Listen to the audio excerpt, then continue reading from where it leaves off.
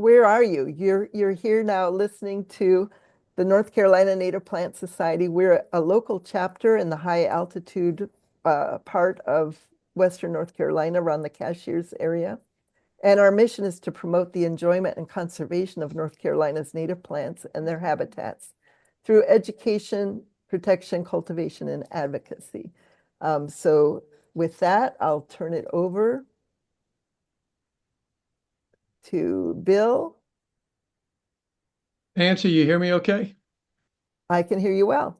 All right, do you see my screen? Yep, You do. I Perfect. do. Okay. So look, greetings everybody. I'm going to be fairly quick. Owen is the expert in the room here. I'm a amateur naturalist that got jazzed about this years ago and has spent a lot of time with it. But it really, you want to hear mostly what he's got to say.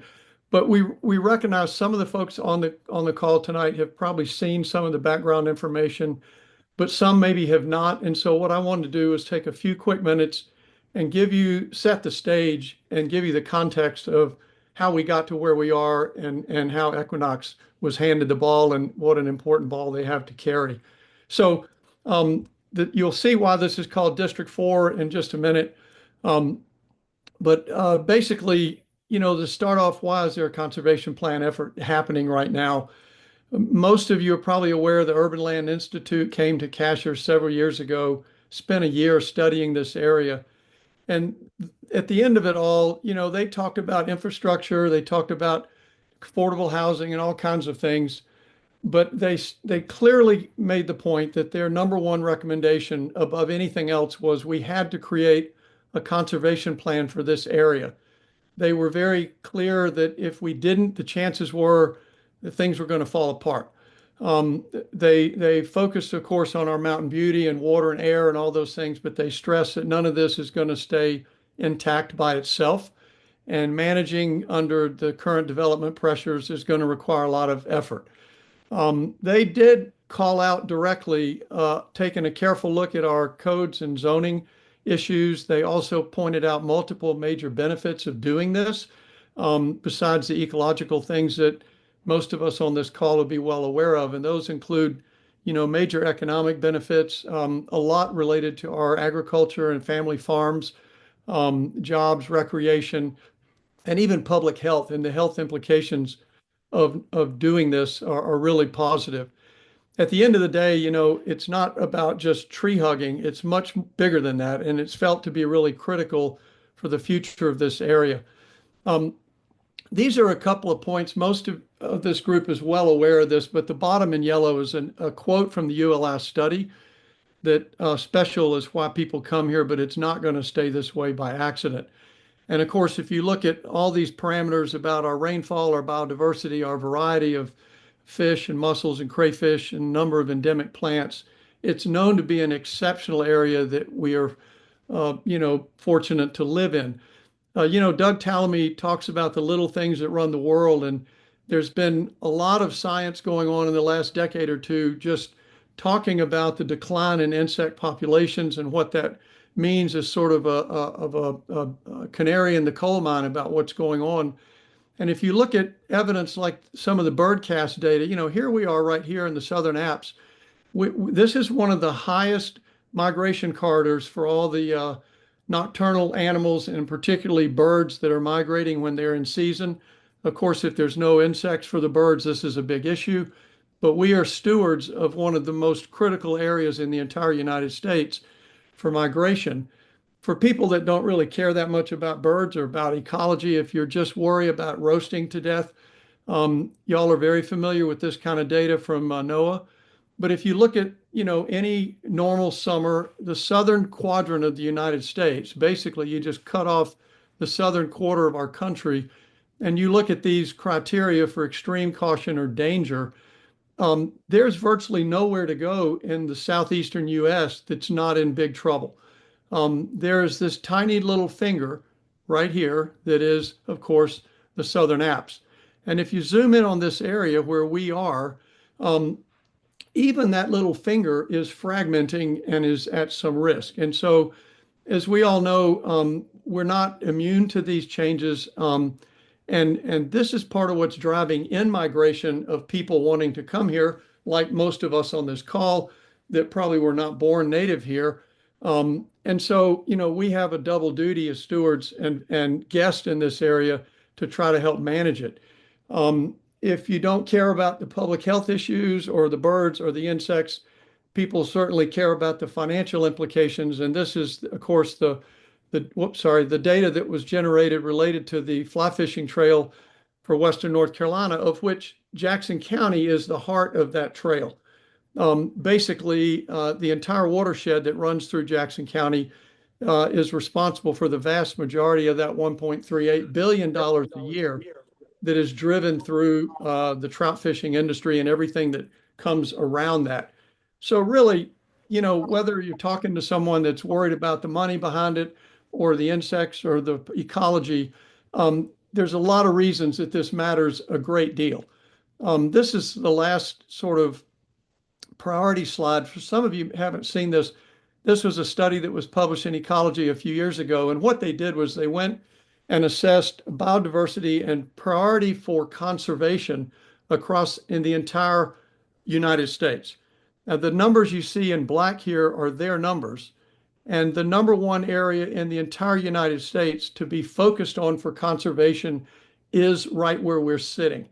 And so whether you look at it from a macro level or a micro level, this is the heart of where the issues need to be addressed.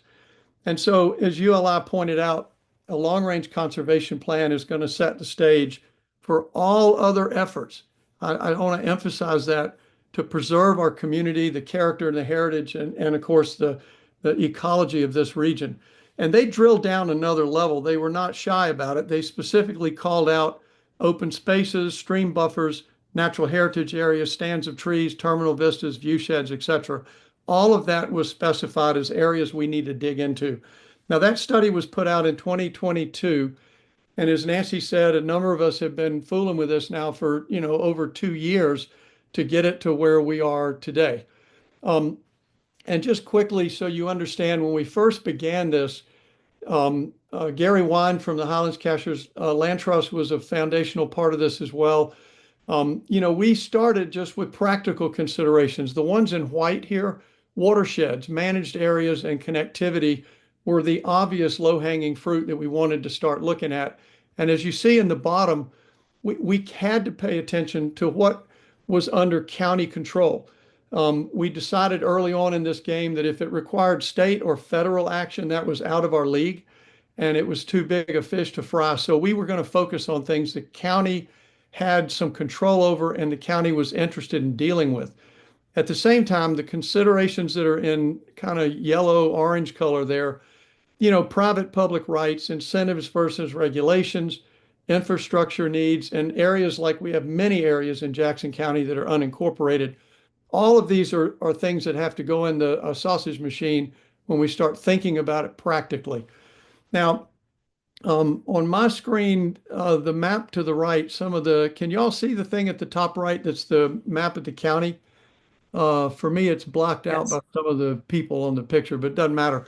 In the far upper right, you should see an image that is Jackson County broken down to all the townships that you see there. Now, the bottom township in blue is what's called the Cashers Township. The big map in the middle is the Cashers Township outlined with the orange perimeter here. So the yellow star is at the crossroads of Cashers, 64-107 crossroads that most of you are familiar with. So we started by looking and mapping some of the managed areas and thinking about connectivity. And just in the southern tip of Jackson County, which is what you're looking at here, the last township at the bottom, which is Cashers only, you've got large areas in the south, but you've got big holes like this, which is right in the Chattooga watershed, that represent major opportunities for connectivity and ways to potentially leverage existing managed lands to get more bang for our buck. We focused a lot on these 4 areas with the blessing of the county. After a lot of meetings with the county people and other stakeholders, these 4 areas that are highlighted were sort of the ones we were going to really concentrate on. And that relates to watersheds and water recharge that, we have an ordinance already for water recharge, but it's not optimal. Um, the county was interested in dealing with buffer expansions and trying to think about what could we do in better management of our buffers. County was interested in discussing this whole notion of open space and getting much more granular and meaningful about how open space is defined and used day in and day out when people apply for special use permits and developments and all that kind of stuff. And then, of course, they wanted to take advantage and improve what we're currently able to do with dark sky because of the major effects on nocturnal animals. These other three areas at the bottom, tree protections, view shed and slopes, and strategic parcels were all things that we recognize are really, really important. But the county basically said that's not in their main purview. And they basically said, look, if you guys come up with a major good positive solution, we'll hear it. But we want you to primarily focus on the top four and keep these in sort of your peripheral vision. So we haven't forgotten about them, but I just wanted everyone on this call to understand what the county's main priorities were when we went into this. Because if the county's not behind it, we all know it's not going to go very far. I got a couple of pictures just to set the stage. This is the back of the Cashier's Post Office. Most of you may have seen this, but if you never have, go take a look at it. There in the background is the library, just to orient you a little bit. But you can see this thing floods all the time. It's sitting basically in what used to be a wetland area that's been infilled, which is basically all of Cashier's. And this is the story, in our whole area. You take the rainfall we have, plus the steep slopes and the shallow soils, and get rid of buffers. And this is the kind of stuff that we have to deal with. So with watersheds and water recharge, we're trying to avoid this situation and improve it. On the topic of buffers, I really just want folks to understand there's a lot here. It's complex. But the main issue is, of course, it protects habitat and water quality. But the question is, what are we trying to get the buffer to do? If the idea is just to control some erosion problems, you maybe need a buffer in the 30-foot range or something. If you're trying to control water temperatures and protect, brook trout, now you're needing a buffer of maybe, 75 to 100 feet. If you're a farmer and you're worried about flood control, you might need to be talking about buffers in the 200-foot range. So understanding how to dial in buffer protections related to intended use becomes relevant. And on the topic of open spaces, there's a lot of open space. You can have a big development like the bottom left. You could have a field that's been completely, removed and ready for reseeding, which is fully exposed soil, or you could have some intact forest up here.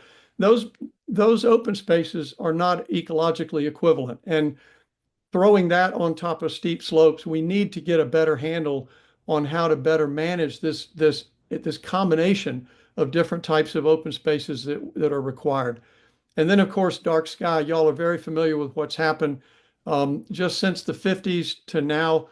There's very little dark sky left in the world, but where we are is one of the few places, and of course, all the nocturnal life cycles depend on it. So these are the reasons that we're focused on those areas. Now, I'm almost at the end, and then I'm going to turn it over to Owen here, but this gives you the reason why we're calling this a District 4 Conservation Plan. When we began this, Gary and I thought if we could even get the county to pay attention to this last township, that would be a good start. Because down there we have the watersheds of the Chattooga and the Horse Pasture, two critically important rivers. And by the way, the top of the Cashier's Township, this wiggly line is the Continental Divide. So after much discussion with the county commission, the commissioners actually said, we need to go bigger than this. This is not big enough. We need you to do the whole District 4, which is in dark blue here on the right side. Now that's 6 townships now. That's basically everything below Cullowhee and effectively is the southern half of the entire county. Now that was at the commissioner's request. I want y'all to understand that. We're going to run into political headwinds. There's no doubt about it. But at the same time, the commissioners are beginning to understand what's at stake here.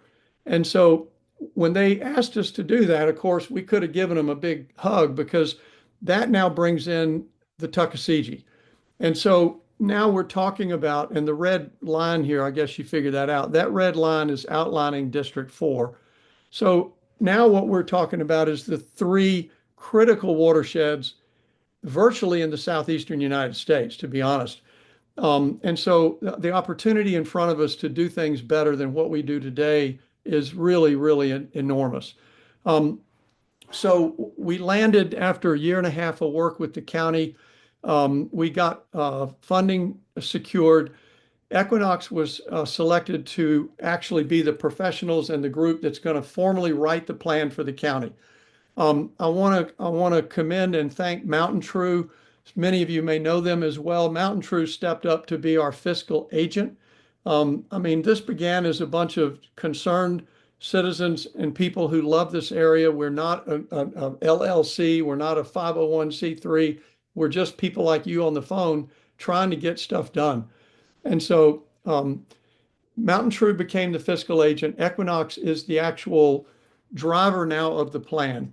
And they bring a really important, complex pile of expertise into this. We also have, we're extremely fortunate to have pro bono legal advice and support through this whole process. But Equinox has a very strong record with Jackson County on other projects they've already done. At the end of the day, the deliverable, so you know the timeline, and then I'm going to let Owen take off here, is this all is going to the county commission sometime towards the end of October. My last slide, I just want to acknowledge critical funding. Jackson County Commission is funded about half of the cost of this project. The TDA has also provided significant funding, Community Foundation of Western North Carolina. I also want to recognize the Open Space Institute, which is a large conservation group working all over the eastern United States. Open Space is particularly helping with a lot of the data and analytic modeling that you'll learn from Owen. It's a very important horsepower that they're bringing to this thing. And then, of course, there were private donations, and I mentioned Mountain True's role in this. So with that, I'm going to stop sharing and turn it over to my buddy Owen to give you the scoop on what's happened since we got the green light. Thank you, Bill. That was really informative.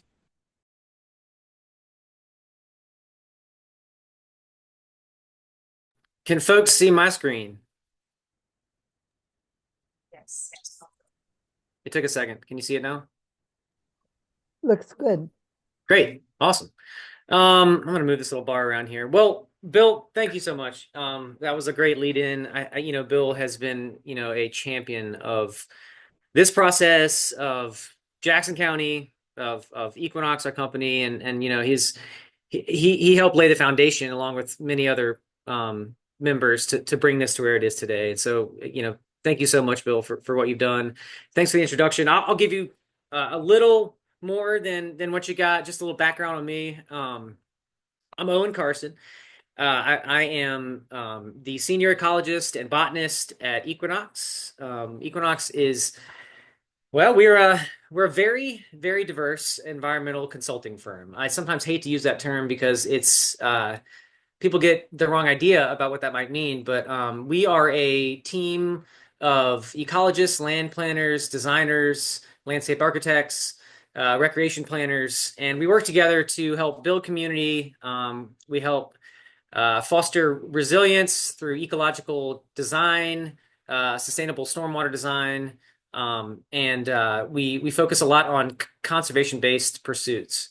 And so, I am Equinox's ecology team manager. I've been with Equinox for 15 years now. In July, it'll be my 15th year. And I started out, on the ground, boots on the ground, working on conservation easements, helping to protect land with our land trust partners in the area of Southern Appalachians. And just kind of have grown in the company, grown in my responsibilities. And now I help, manage the ecology team. We do all sorts of on-the-ground studies. As Bill said, we've got a lot of work in going on in Jackson County right now. We are currently, we drafted the watershed management plan for Lake Glenville, and we help Friends of Lake Glenville monitor their water quality on an annual basis. We just finished up design docs for Bridge Park, one of Silva's newest parks in Jackson County. Last couple of years, we played an integral role in helping the town of Silva and the Pinnacle Park Foundation document biodiversity on their Pinnacle Park tract, and then develop a master plan to help guide that property towards a sustainable and resilient future with increases in recreation and also lots of hidden and amazing gems, ecological gems. So, Equinox, we seek to find balance. That's our motto, is balance through proper planning, and it's one of our core values. And so, I think that, like Bill said, our diverse team, our balance-focused approach, using methodology and science at every angle to try and make this plan, objectively sound, to help support it with great evidence, and make it something active and long-lived, because no one likes a plan that sits on a shelf. So, we're at a critical point, and as Bill said, this part of the world is one of the most, arguably the most important biodiversity reservoirs that we have on the planet. So, some really significant things that we're working to protect here. All right, enough about me. I'm gonna move forward if I can. Let's see. All right, so today, I'm gonna kind of move from where Bill set the stage to kind of where we're at now. I'm gonna show you some maps that we've been working on as part of this process, but help you reframe, where we're talking about, talk about the process that we've undergone to kick this plan off and to drive it towards, a really, really exciting place where we're at right now. I want to share the progress we've made, talk about some upcoming events, and then kind of have some time at the end just to answer some questions. And so, as we talked about earlier, if you do have questions for me, I've minimized your faces from view, and if you just throw them in the chat, then we'll moderate that and talk about the questions at the end as much as we have time for. So, some maps. Some of you might recognize this, but I won't tell you where it is. I know at least 2 people on this call will know exactly where this is. But maps. I'm going to switch over real quick and start sharing a different program. Let's see. Here we are. And give it just a moment and let me know. Oh, and while you're pulling that up, that t-shirt you're wearing is from the Native Plant Conference, isn't it? It is, yes. Uh-huh. Spotted it. Public Native Plant Conference shirt from 2023. Yeah, this is Cullowhee. If you've ever been, or if you've never been, it's worth going. I lead an annual trip there, and sadly, I rarely have time to actually devote attending the conference because I'm very busy professionally. But can you all see this screen? Can you see this map here? Yes. Okay, good. Awesome. So what you see here, another kind of cleaner variation of what Bill showed. Jackson County in the black outline, and then kind of overlaid, you can see just how large District 4 is. It's to give you a little bit of numbers, District 4 is almost 170,000 acres, which won't mean much to you. It's a lot of land, but compared to the remaining districts summed up, that's only 125,000 acres. And so, it's huge. And as we saw earlier, and I'll show you some more maps, it's got extremely diverse topography. The Continental Divide cuts across the southern end of it. Really important watersheds, headwaters, start. A lot of ecosystems build from the top. And so, this area up here is extremely important. Let's see, I'm gonna go to a different, slow down. Zooming in, this is just kind of the boundary of the district. And then this next map shows the 6 townships comprising the district. You can see that the Cashiers Township is the only one that has some sort of incorporated area, which is the Cashiers Commercial District. And then, interestingly enough, there's a small tongue of the municipality of Highlands that kind of snakes in on the far western side. But it's everything from Caney Fork south to Cashers. And as y'all know, there's a lot of developed area in here, but also a lot of really rugged, remote, and yet to be developed places, some of which are protected permanently on public lands, but others of which are fair game. And so that's one of the things that this conservation plan seeks to address is ways that we can approach closing those gaps and marrying the conservation land and focusing development, because we have to recognize development is something that's going to occur, focusing it in places where it's most appropriate and where it might have the least effect on the important natural resources we have here. This is a map that is pretty interesting.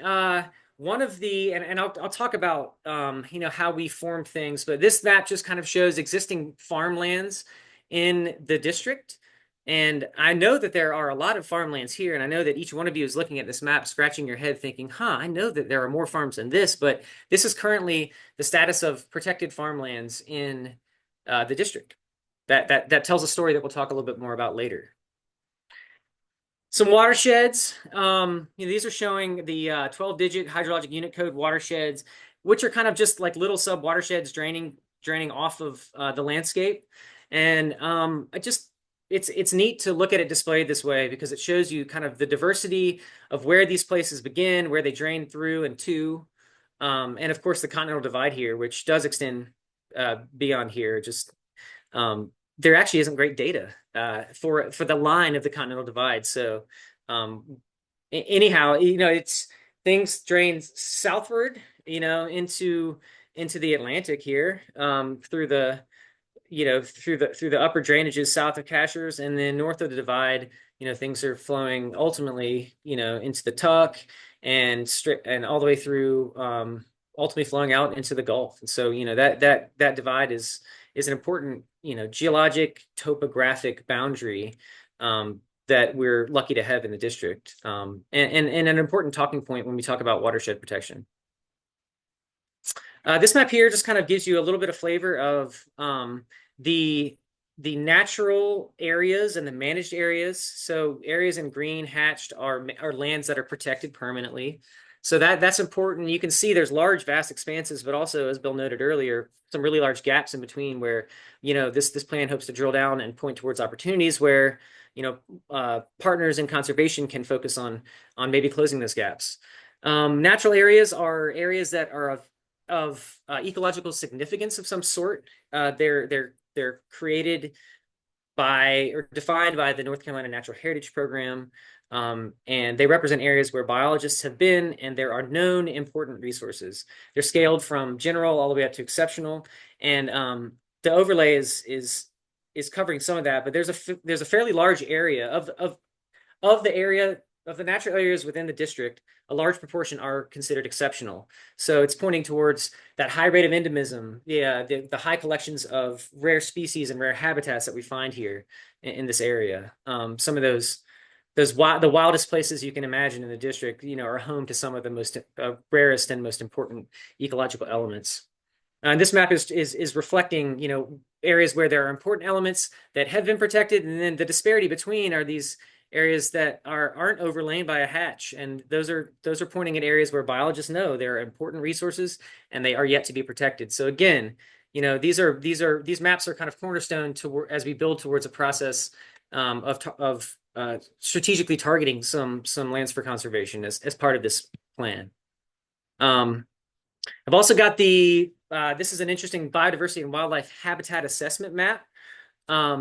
This map here is also curated by the North Carolina Natural Heritage Program. It considers a lot of variables, but mostly it seeks to score the relative conservation value of the landscape. So is it more or less valuable in terms of conservation perspective? And it takes into account protected lands and natural and managed areas like we just discussed, but also waterways, rare species and element occurrences of rare natural communities are included in this model, and it kind of spits out, this depiction of where the areas of highest relative conservation value are. You see white or black areas. Those are areas that have been largely developed, or the ecosystems have been dissected so intensely that they don't have a functional rating, and so they've kind of lost their relative conservation value. And in those places, we can learn from the stories. It wasn't always like that.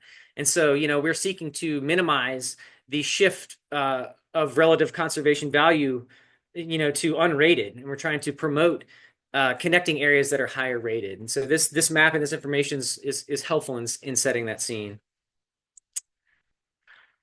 Let's see. This is a land cover map. It really just shows that there is a lot of forested area in the district. A lot of deciduous forested area, and you can see the darker green areas up here represent kind of the Black Mountains, the balsams, so named because of their dark appearance in the distance. But those are spruce fir forests and other evergreen, spruce fir forests primarily, that you see reflected along the northeastern boundary of the district. There are some scattered here and there, but little pockets, but mostly what we're trying to get with this map, and what we've used the information from this map to feed into more analyses, is a vast proportion of forested area. We talk about viewshed, we talk about vistas, and unfragmented forest is a part of the character and the vista that we all hold near and dear. And so there are important considerations associated with changes in land cover over time. Let's see, this is a slope map.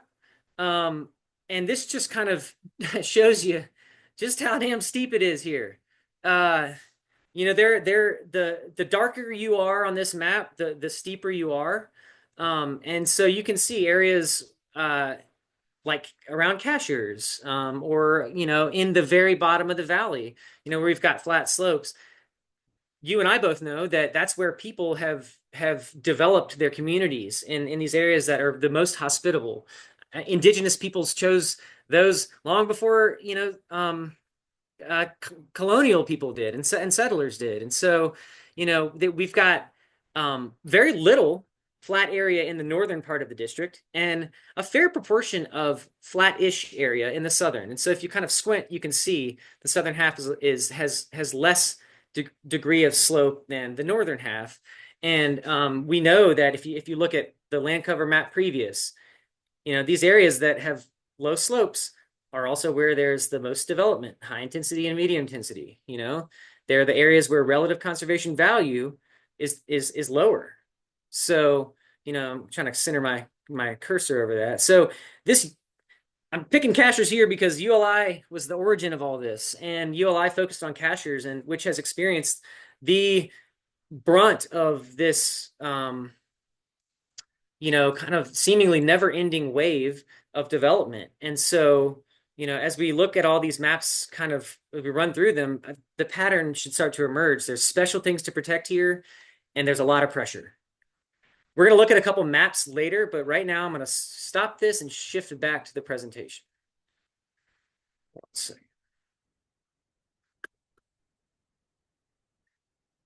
Right. Are we back? All right. Maps. Good. Can everyone see me? Someone just say yeah, because I can't see your faces right now. Yes, we did have a question. Yes. When you have the chance, Owen. Yeah. People are interested in seeing where they can access those maps to look at them more closely and in detail later. Sure. Well, we will be driving this presentation towards some upcoming events, and right now there isn't a public venue for us. There isn't currently a public venue, but the public process is baked into this planning process, and so there will be times in the future, 2 times in the future, where the general public can see these maps. Bill, maybe that's something we should consider talking about, is creating like an area or a place for other people to access these maps, as this plan is moving forward. That's a sideline item, but for right now, Equinox is still curating these maps. And some of the maps I'm going to show you towards the end involve a lot more denser data analysis, and those are still, we're a work in progress as well as we get feedback from our steering committee and stakeholders and ultimately the public. So there were some maps that will never change, and if maybe that's what we could do is the ones that are static, we could make them shareable. But again, I appreciate the interest, and what I'll do is I promise you that I'll pull the end of that thread and we'll figure out a way that we can get some of these maps in your hands so you can see them. That would be great. And if we as a chapter can help you disseminate that, you can count on us. Okay, great. Were there any other questions about the maps or? That was it. Okay, great. All right. So process. Silver Run Falls here. Raise your hand. I can't see you, but raise your hand if you've been. It's a neat little spot. Great little public access point. South of Cashers proper. This is Silver Run Falls from Silver Run, which flows through Silver Run Preserve, a large nature conservancy conservation easement that's protecting a lot of awesome things. And so the public gets to see kind of the this waterfall represents, everything uphill, is this wonderful collection of ecology. And, sometimes the average person standing there might have no idea, but, sees the intrinsic value in looking at a waterfall like this. And so, this is the type of thing that the general public will think in their head when we talk about conservation value and the aesthetic and the character of place. This might be one of those spots that pops in their head. Let's see. So, process, and I got this little bar at the top of my screen. I'm gonna try to slide it around and get it out of there. Give me 2 seconds.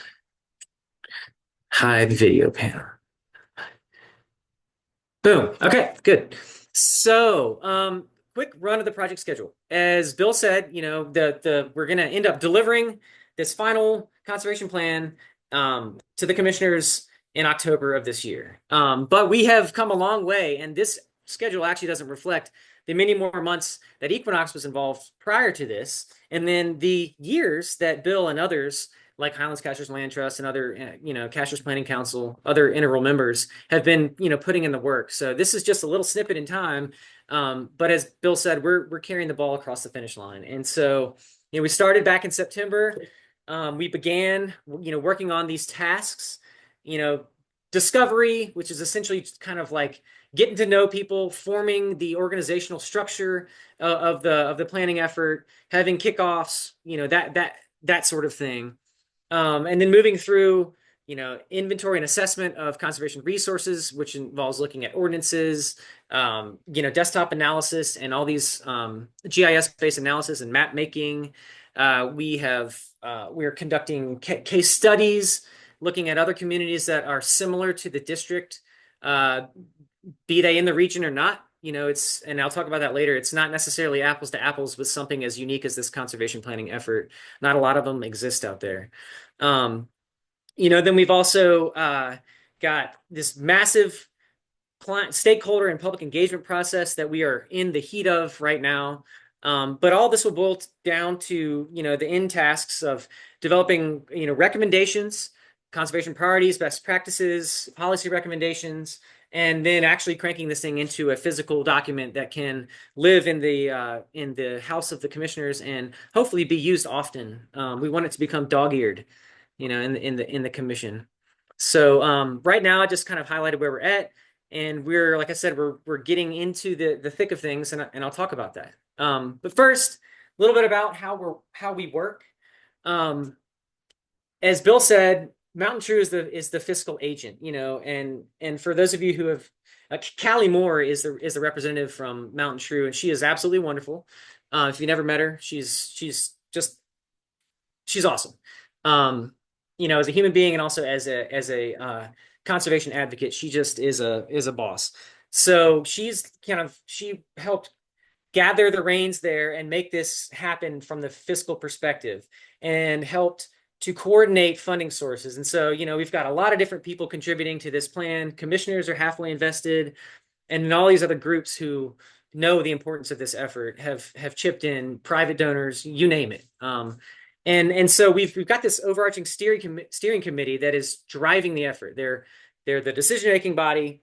They communicate with us. We meet on a monthly basis, and then, on a weekly basis, emailing, individual members between Equinox, and they're supposed to promote collaboration between the stakeholders, and then, look at the things that we're producing and, make sure that they pass muster, and, make sure that this conservation plan moves into a successful realm. And so we've got folks, from all over, but we try to, to keep it as geographically local as we possibly could. And so, I got a list of folks here who've all participating as steering committee members, and they've done a wonderful job. And as Bill said, I don't want to forget TC Morphus, who's with Brow. I say it wrong, Brow Law Firm. He's a Hickory native, but he spent a lot of time up here when he was younger, and he is an expert in conservation law, code, and policy law. I mean, he's like the man for the job, and he's in his hands right now. He's looking at some of our ordinance review and other draft things that he is, formulating his opinion on, and he's doing it all because he cares as much as we do about, the future of this place. And so, I don't want to forget him. But we've got this crack team of our steering committee, and things have been great with them. Everyone works really well together. We've got, we do have some contrasting opinions, and we've got a diverse set of people. But I think together we need that we need to come at this from different perspectives so that we can see it from that holistic perspective, and this thing can become something that lives in the hearts, of all the people who might want to activate it later. And so, great group. And you may get a chance to meet some of them during public events later. So we've got the steering committee, and this is kind of this nice graphic we put together. We've kind of put the roles against the timeline on a vertical basis, and then over in the process on the right-hand side of the screen, we're just kind of showing how these groups work together. And so we've got the steering committee at the top. We work with them to develop a list of key stakeholders and strategic partners. These people are acting as conduits between the steering committee and the public. They've got stake in the game. They may be business owners. They've been placed into 6 different clades of stakeholders, and I'll show you that list in a few minutes so you can see it. But they bring expertise and experience to the table. They're trusted partners in the community, and we're relying on them to meet with us in focus groups and then help generate interest and excitement in the public as we drive towards these public meetings. So we're trying to get perspectives from steering committee, from a stakeholder level, and then all the way down into the public. So synthesizing all these different groups and their opinions and ideas is part of Equinox's role here. And these graphics really kind of display what we're doing. So the steering committee, we worked through, we did vision and goal setting. I'm not going to click this. Well, maybe I will. See what happens. Hold on a second. Well, I'll show you real quick just because I have it set up. I'll share my screen here. This was an interactive survey that we created for the stakeholders, designed for the steering committee, designed for them to kind of provide structure for vision and goal setting. We brought these people together. We kind of introduced the story, told them who they were, and as they worked through, they were able to provide us answers that helped us build an overarching vision statement, and then that we could then kind of pick apart and reform into something that we all agreed upon. And so, I just wanted to show you this format because it was really helpful to collect everyone's information and then synthesize it later. But we use this form often in this type of thing. But there was a chance for them to kind of really put in, and then we took that information and we go right here. Boom. All right. So we took that information and then we we reviewed it and we analyzed it. And I did word clouds because I thought that was good. And like I'm a visual person. Some people like these, some don't. But I'll go through these word clouds, but you start to see some large things, some themes popping out, some things that people were concerned about, talking about. They're describing their goals, in this slide. These are all words that the steering committee members brought to the table in their descriptions of what they saw.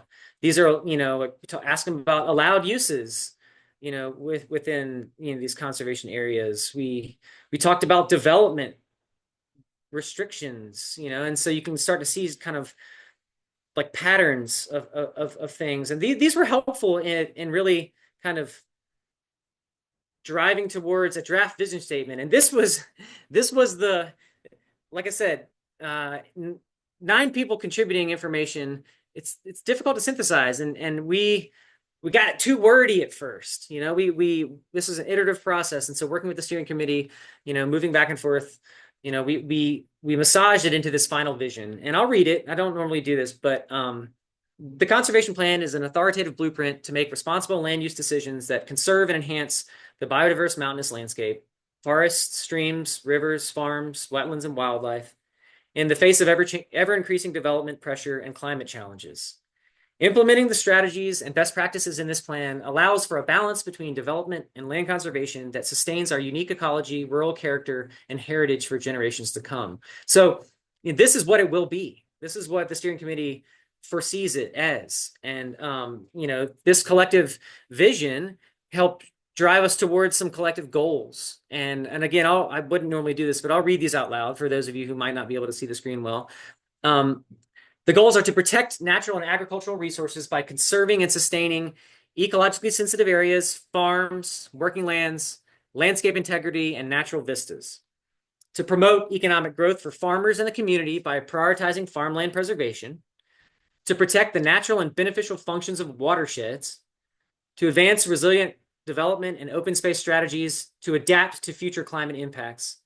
And to empower communities and educate people to be stewards of the land and to embrace Southern Appalachian natural and cultural heritage. So these are, I wouldn't toss out the word lofty. I think these are goals created by a group of people very passionate about Jackson County, the district, and the Southern Appalachians in general. These resounding goals are statements of intent, and they really reflect the group of people that we've been working with, and their passions and where they put their hearts and their minds. And so, these goals have helped guide us as we, work towards curating, as we work towards different tasks. And I thought I got a little bit out of order here, but if we're moving in from that vision and goals into the progress we've made so far in the process.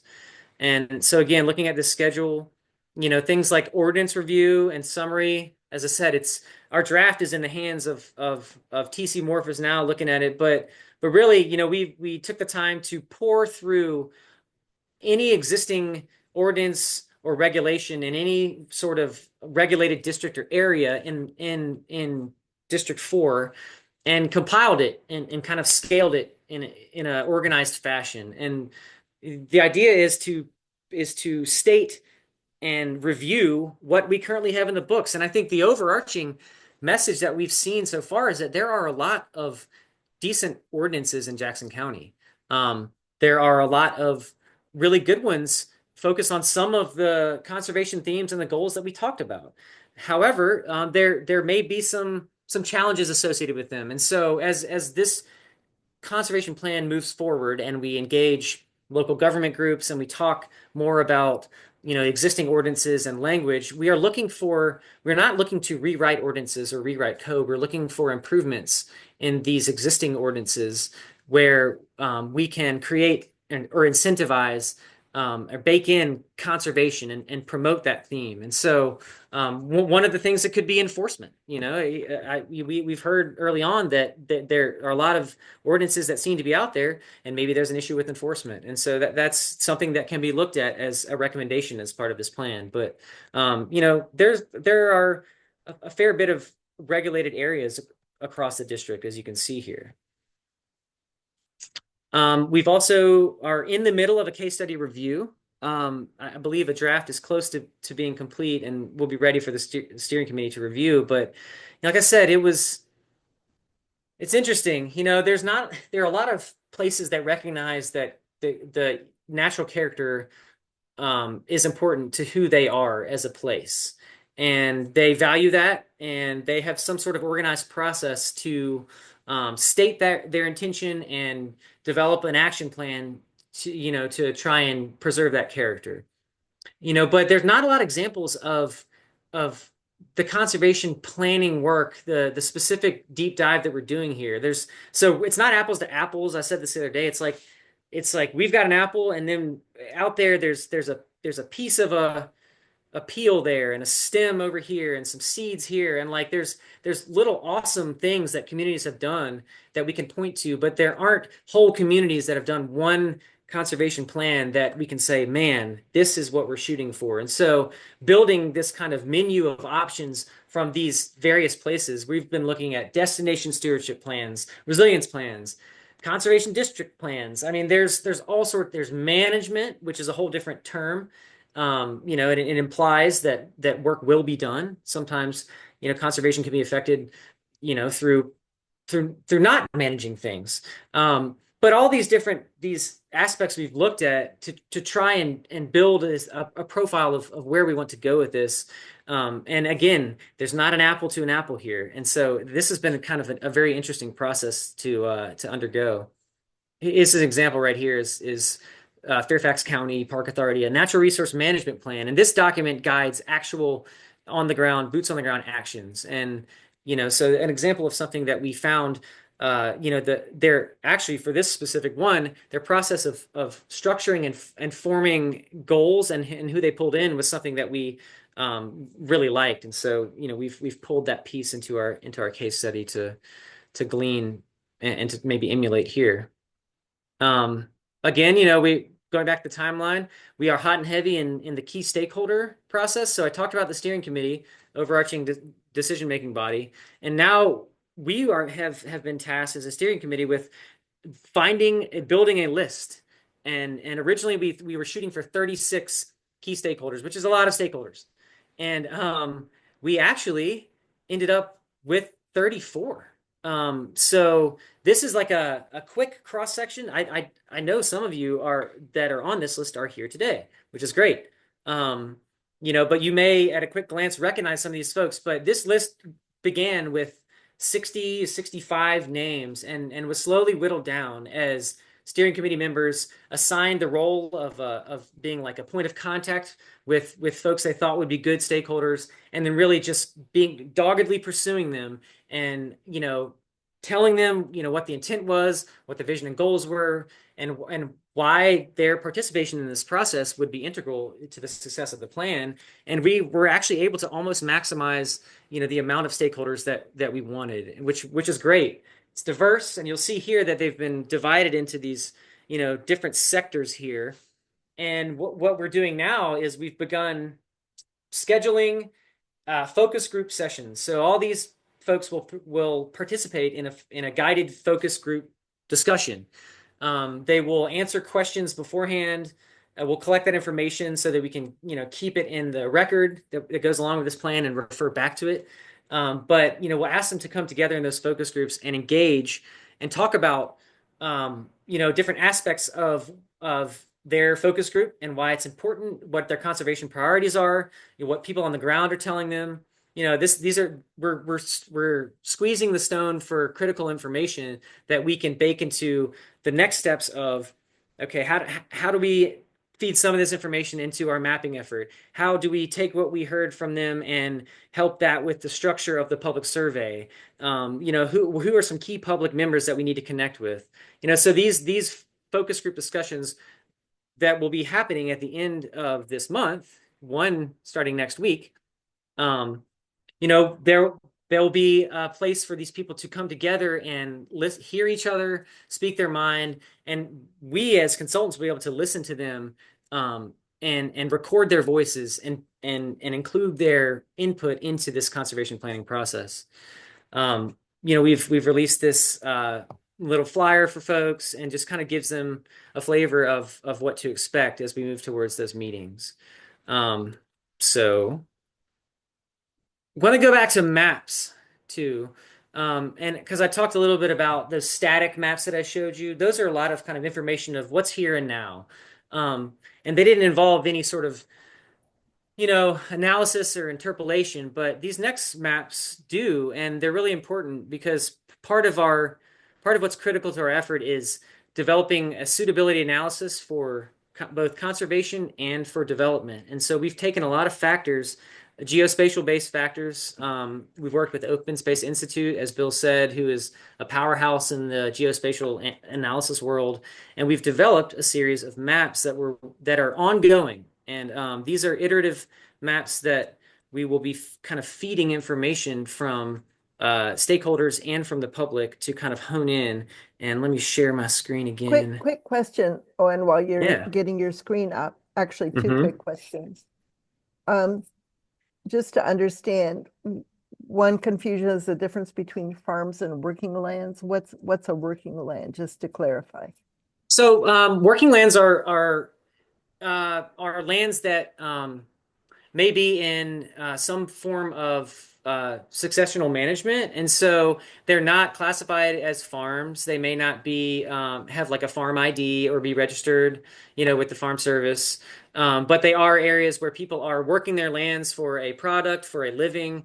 And really, what working lands are, it's kind of expanding the concept of farmland and applying it on a broader basis to kind of a broader group of people that might not fit that traditional farmer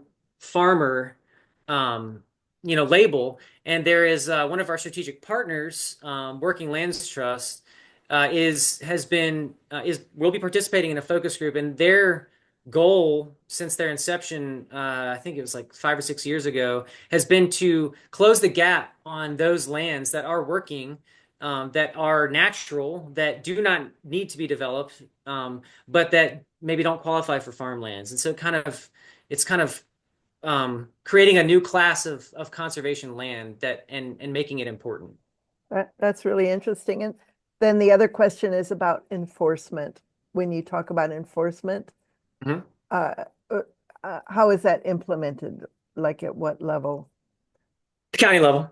Most of the regulations in the district are, as Bill said, are at the county level. And so there is there's an enforcement team at the county level that is charged with holding developers and other land disturbing activities to these various regulations. And so I think, and I don't have any statistical evidence of this, but I have anecdotal evidence of people telling me that, I saw something that didn't look like it maybe should have been done. That house was built pretty close to the creek, or that whole creek buffer was cleared to dirt, and it might heal up in 6 months and then kind of been forgotten about, and maybe it didn't make it onto the enforcement radar. And so I'm not saying that that's the case, but there may be an angle to discuss, how improving enforcement of these existing codes is taking a step in the right direction. And it's Bill and I were talking about this after the last commissioner meeting where I presented an update, and this we would hope for like a grand slam here, but little wins like singles and doubles, are also positive movement, and so we need to be able to kind of sometimes look at where something like improving enforcement might lead to a whole lot of gain. That's interesting. Thank you for bringing that up. Hey, Sure. Nancy, can you hear me? We can go ahead. I just want to add for everybody on the call, and also since this is being recorded, before Owen shows these next maps, to stress again what he just said. The ones you're getting ready to see are iterative. They're not finished products. So, please don't go spreading them all over the place as something that's a done deal. They're in a work in action and in motion. So just respect it as such and understand there's still, stakeholder feedback, public feedback. There's a lot of things that are still going to potentially massage and affect these. So I just wanted to be sure to underscore that before he shares these. That's a great point, Bill. And I mean, hopefully there's a good faith exchange here. I mean, we've been charged with this big effort, and are here sharing it. And so if you have a question about these and want to know more about them, please come to me. I encourage you, to communicate with me about them. But as Bill said, it would be these are iterative, and they still need a lot more feedback from local government, from stakeholders and the public, before they're complete. And so again, that's a great point, Bill. So And I'm about to show you these. Owen, can you increase the size of your screen so that we can see it a little bit bigger? That would be helpful too. Can you see my screen right now, like my cursor? We can see the screen, but it looks like it's kind of down in our window instead of taking up the whole window. Okay, give me a second. Let me see what's happened. Because it isn't saying screen share. Hold on, I'm gonna stop share for a second. I saw it central to my screen. Okay. Did you? Okay. Maybe it's just me, so ignore that if the others can see it. No. Let's just try it again. I got to get it right. Can y'all see that? Can others see it large enough? It's right in the middle of my screen, Nancy. Okay. Okay. My Good. problem. All Sorry right. about that. No, it's all right.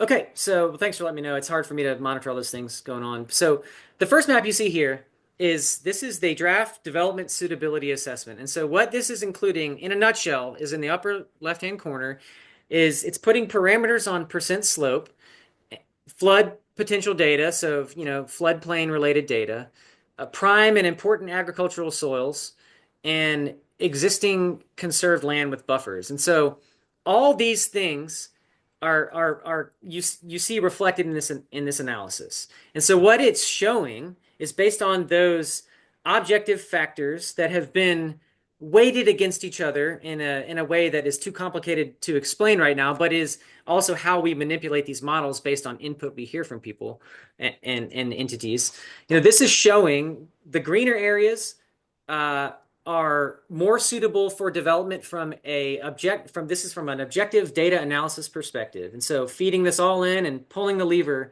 cranking it out, this map here shows where areas are more suitable for development based on those parameters up top. And so that would be the less percent slope you get, the more developable, the more suitable for development.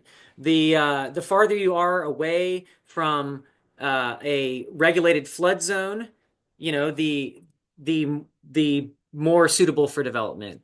The farther you are away from prime and important agricultural soils, which are regulated, the development of those soils is regulated, then the less or the more developable you are. So, and then the closer to existing conserved land with a buffer added, the closer you are, the less suitable for development. So all those factors are working together to generate this picture, this output of showing you where it is more suitable and less suitable. And I don't want folks to focus on the number down here in this legend.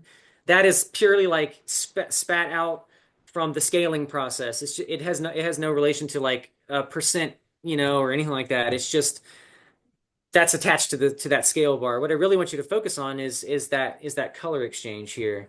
And so again, green in the development suitability assessment, the greener this map looks, the more suitable those objective parameters are for development. And so where this assessment is, how it's helping us is it's showing us where is essentially off limits for development, where we might want to focus development, because this where we want to focus people who want to develop in the district towards and away from, and it's kind of giving us an idea. And the next step of this would be, for example, as Bill said, closing these gaps. So we look up these coves, and there is a lot of off limits area just because a lot of it is protected It's a conserved land with a buffer, but there's also areas within and around them and adjacent to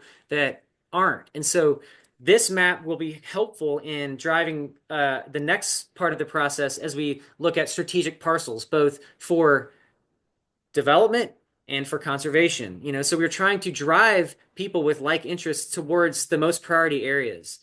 And that would be the intent of this map. And now I'll share the kind of the inverse of this map, which is here. This is the conservation suitability. And so the greener that those areas are, the more suitable they are for conservation. They are areas that have slopes greater than the regulatory limit of 35% in Jackson County. They're areas that are close to wetlands with a buffer, and stream zones. They're areas containing and adjacent to prime and agricultural soils. They are areas that have a really high score on that biodiversity and wildlife habitat assessment I showed you earlier. And then there's also some Nature Conservancy data talking about ecological climate resilience. The areas that are more resilient lead to a higher conservation suitability score. And so, toggling back and forth between these two maps,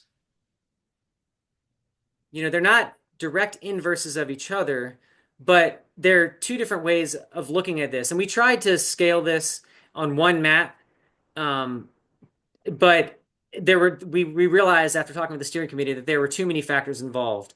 And so, our job was to try and parse those out. And so we split them into a conservation suitability assessment and a development suitability assessment. And then there's one last map here that might help you a little more. So this is the suitability assessment, conservation suitability with permanently protected lands kind of overlaid. And it really kind of shows you where the holes are and where potentially targets would be to grow that conservation landscape, which would then be further preserving the conservation character of the district. And so this map, we're working on one where we have this overlaid on the development as well. That one's less in that context. It depicts less moving. But this map here kind of shows you, okay, we've already done a great job. The district is full of protected land, but there are gaps. And this map, a spinoff of this map might be a strategic parcels effort that then we charge or work with the local land trusts like Chautauqua Conservancy. Nicole, I know you're out there in the audience. We work with Highland Cashers Land Trust, who's sitting on the steering committee. We work with Mainspring, who's just down the mountain doing work, in the lower Tuckasegee. And, those groups help drive towards closing those conservation gaps. And so these maps here are ones that we could talk a little more about. People may have questions or may not, but I've just got a couple more slides to share. And then I can, I'll be out of your hair. Give me a second. All right. Back to my slideshow. Good. So we've got some upcoming events. Again, we've just been scheduling stakeholder engagement. So we're working on those focus groups. We'll be having those the last 2 weeks of February and pulling a lot of good information out of them. And then we've got 2 public engagement meetings coming up. We'll be releasing a survey ahead of time. So probably mid to late March. Our key stakeholders will be important people in disseminating information, and other groups like y'all. This can be on your radar. We'll have one in April, and then we'll have another in September. And we've talked about maybe moving it ahead closer. There's some strategy there, but it may be better to present final concepts towards the end before we, finalize the conservation plan. So, in April, it's going to be an open house format. We'll present the initial materials. People can stand around and talk about maps. We'll solicit their feedback through interactive ways. We're considering, we're still building the approach for this public event, and we would welcome any sort of input. If you've ever experienced a public event and something you've really, really enjoyed, let me know. We'd love to think about that. But some interactive ways for people to really get their opinions on the map, be able to stand and kind of look. A lot of people like to try to find where they live on those maps. And so it'll be a much more appropriate forum for people to stand in front of a larger map and look and think, and then answer some questions after being preloaded by a public survey. And then in September, we'll present revised concepts. We'll hone our recommendations based on the reactions that we have and results of focus groups and continued stakeholder engagement. So truly, we're in the heat of it now. I'm thankful that you all have sat here and listened to this, because I hope that you can take the information that you've learned here and feel excited about where this process is going. Maybe talk to your friends or peers about it. Connect with me, and so we can stay in touch about upcoming public engagement or other ways how the Native Plant Society might be able to contribute to recommendations that we develop. Again, there's a fine line in the current political climate. There's a fine line that we have to walk between creating a more regulatory environment or creating an environment where conservation is incentivized. And that's going to be a big challenge for Equinox and for the steering committee team as we work through this, is to promote protection of the character of the district, while also not creating an environment that could be labeled as regulatory or toxic, because we need this plan to be long-lived and to be considered. And so just making sure that the recommendations that we develop are intentional and thoughtful and considering all the aspects going on. That's what we're tasked with now. And so moving forward, we're excited, and I look forward to answering some questions now. Thank you. Those were great final words, Owen. And maybe these times are the right time to be doing something like this, because Absolutely. the point is to communicate with everybody, right? And to reach consensus. Yes, reach consensus. I mean, we recognize that there's a diverse populace in the district, and the idea of developing a network starting at the steering committee, flowing through stakeholders who are trusted members down to the public, is to create excitement in all the different conservation channels, even people who might not consider themselves traditional conservationists, creating some inspiration and drive in them to latch on to a component of this plan and support it. Because if we can have different groups of people, uplifting this plan from different aspects, then I think it will go a lot further, and won't just be stuck up on a shelf with dust on it. It will be able to be activated if everyone can see how it can positively affect their future. Exciting. Bill, go ahead. I just wanted to add one comment that maybe we didn't emphasize, just so people are curious. When the commission asked us to expand this to District 4 from just the little township at the bottom, that was a huge win for us early in this process. The second piece of this, the knock-on effect, is that if the commission finds what we give them powerful and useful, their intent then is to take it and leverage it for the rest of the districts in the county. So, we have the opportunity for this to have even a bigger effect than where it's currently scoped. And as Owen said, there are just not that many highly done conservation plans in the eastern United States. If this ends up, where we hope it will, there may be other counties or even other parts of the eastern U.S. and the southern Alps that might want to leverage pieces of this. So additional impacts beyond even our immediate scope, potentially. Thank you for that. Thank you so much. Richard? Are Highlands and Transylvania County, Macon County, Transylvania, aware of what's going on here? Have we tried to coordinate with our neighbors? No, I mean, I guess the flat answer is they are not, they have not been invited to the round table. And I think that there may be, and Bill, I can let you speak on this too, since you've had a lot more involvement in the buildup of this, but that it may not, because of the way that we're piloting this effort, it may be that, you know, working it out at a small level before disseminating it to adjacent communities is the right path, because messaging is really important. And sometimes the the old game of telephone when you're a kid. I mean, the message can change quickly depending on who's sharing it. And so, Bill, I don't know if you have any thoughts on that, but it's definitely worth. We know that this plan, if it's engaging and inspiring, and Jackson County wants to expand it, we know then, other communities will be looking at it for potential. But I live in Transylvania myself, and I can tell you right now that our commissioners are not aware of it. I don't think they haven't spoken about it in their meetings.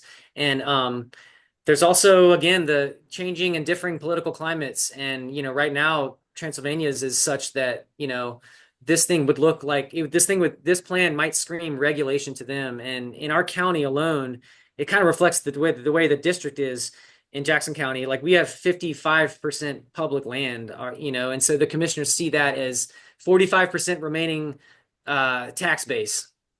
And so anything, things like this could be scary to them, because it might represent restrictions on their tax base.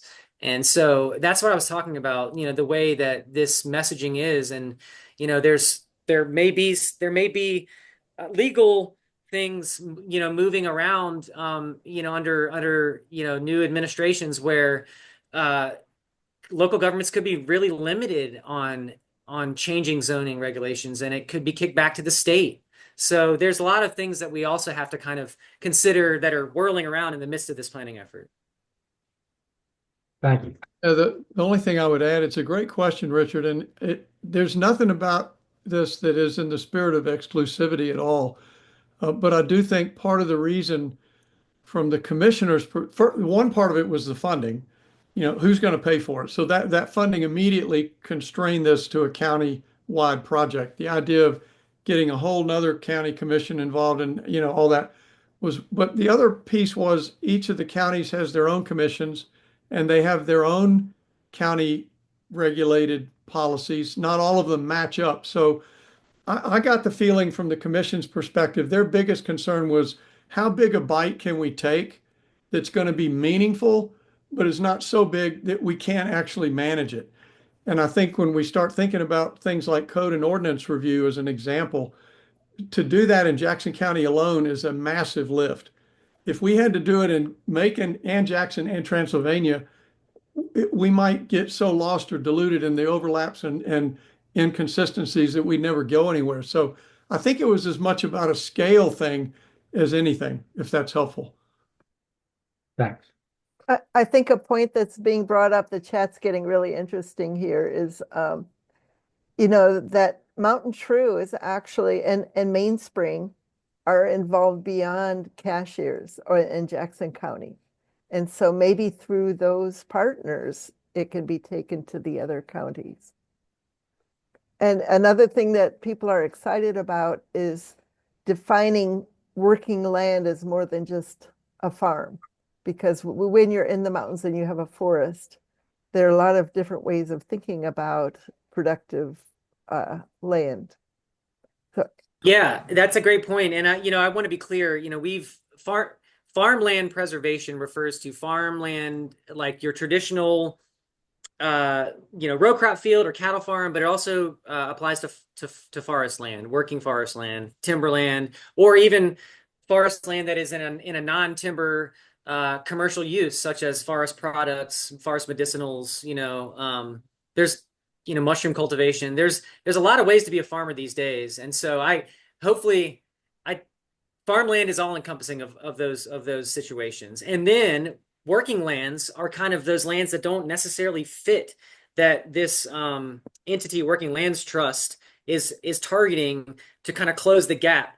So, I think if you can find a piece of working land adjacent to a piece of registered farmland, then there's kind of attrition there. And if you can get a conservation easement, built off that, and other sides, then a more robust farmland preservation effort might help protect the larger entity, So it's really attempting to kind of look at lands in a different way and see conservation value in them to justify their protection. And another real interesting question from my perspective is the incentives. Once you identify locations as optimal for conservation or optimal for development, what kind of incentives? Because those are private properties. Sure. How's that Well, going to work? I think so it's an easier answer for like something like a conservation target, because there are like there is a a standard federal incentive with donating a conservation easement. You get a tax write-off, and so there is a built-in incentive there. There's currently no longer a state tax write-off for it. There used to be, but it's kind of easier. Like if a land trust was targeting a piece of land,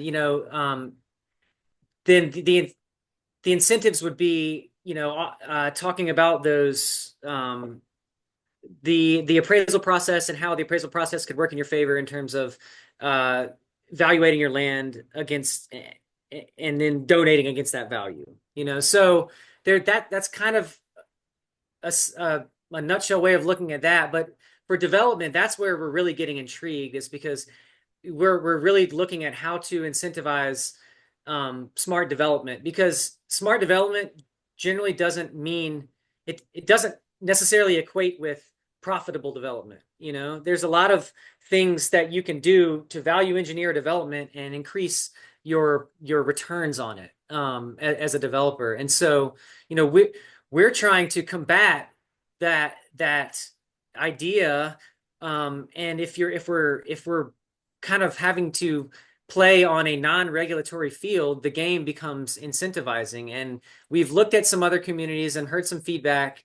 There's been Towns County in North Georgia has had a lot of success. For example, incentivizing developers to buy into a conservation subdivision model that they have by offering them, actually the only thing that moved them to want to do this was expedited permits. So developers care about time, because time is money. And the longer you have to wait, the longer your investors may get cold feet that, their money is extended, like the cost of building materials goes up, and so expediting the permits for a developer to actually get their development planned and built, led them into buying into conservation subdivision models. And so that is like the one incentive that we've been able to point to that where developers from small developers all the way up to, really, really high end wealthy ones, they all seem to they like that the timeline moved. And so part of what we're going to be doing in this process is delving deeper into what incentives help entice developers to do the right thing, and to want to protect the character of this place versus the character of their wallet. I hope you'll ask the focus groups those questions, because I think that's really valuable information, and these ideas are really insightful. There are people, Owen, who would like to contact you directly. Do you mind if I put your email in the chat? Please do. Please do. Thank you. And I would also love, contact me directly. Like if you know of a case, a community where you came from or where you've lived that had a success with an incentive to help promote something that might not be to promote people to do the right thing, maybe if it is for maybe the wrong reason, quote unquote, we would love to hear that. We're keeping the door open for, creating an incentivized environment for this, because, increasingly we're hearing and getting the sense from looking at the political environment that, the creating a more regulatory environment, it might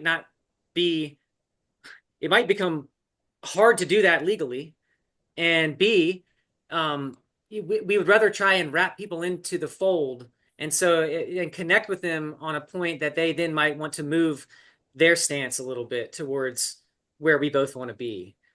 So incentives are a no-brainer for inviting people into a realm of discussion versus like, hey, here's what you can't do. Be like, here's what you could do, and here's what you might. Here's why how it might benefit you. You know, that's where we're looking.